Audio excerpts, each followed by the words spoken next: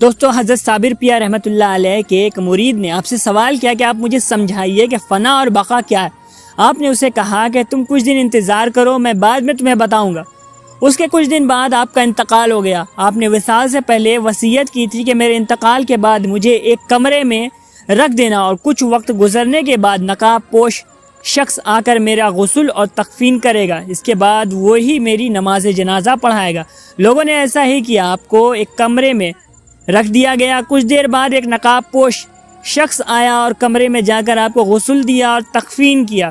پھر باہر آ کر اس نے نماز جنازہ پڑھائی اور جب گھوڑے پر سوار ہو کر جانے لگا تو اس مرید نے اسے روکا اور کہا کہ آپ کون ہیں، یہ تو ہمیں بتا دیجئے، یا کم سے کم اپنا نقاب ہٹا کر اپنا چہرہ دکھا دے تو ہمیں پتہ چلے کہ ہمارے پیر کی نماز جنازہ کس نے پڑھائی ہے۔ تب اس نقاب پوش شخص نے اپنا نقاب اٹھایا تو سب نے دیکھا کہ وہ شخص اور کوئی نہیں، حضرت صابر پیا کلیری رحمۃ اللہ علیہ تھے۔ جب مرید نے حیرت سے پوچھا کہ یہ کیا معاملہ ہے آقا، تو حضرت صابر پاک نے اسے کہا کہ کچھ دن پہلے تم نے پوچھا تھا کہ فنا اور بقا کیا ہے، میں نے کہا تھا کہ تجھے کچھ دن بعد بتاؤں گا، تو یہ میرا جواب ہے، جو جنازے میں لیٹا ہے وہ فنا ہے اور جو تیرے سامنے کھڑا ہے وہ بقا ہے۔ اللہ اکبر۔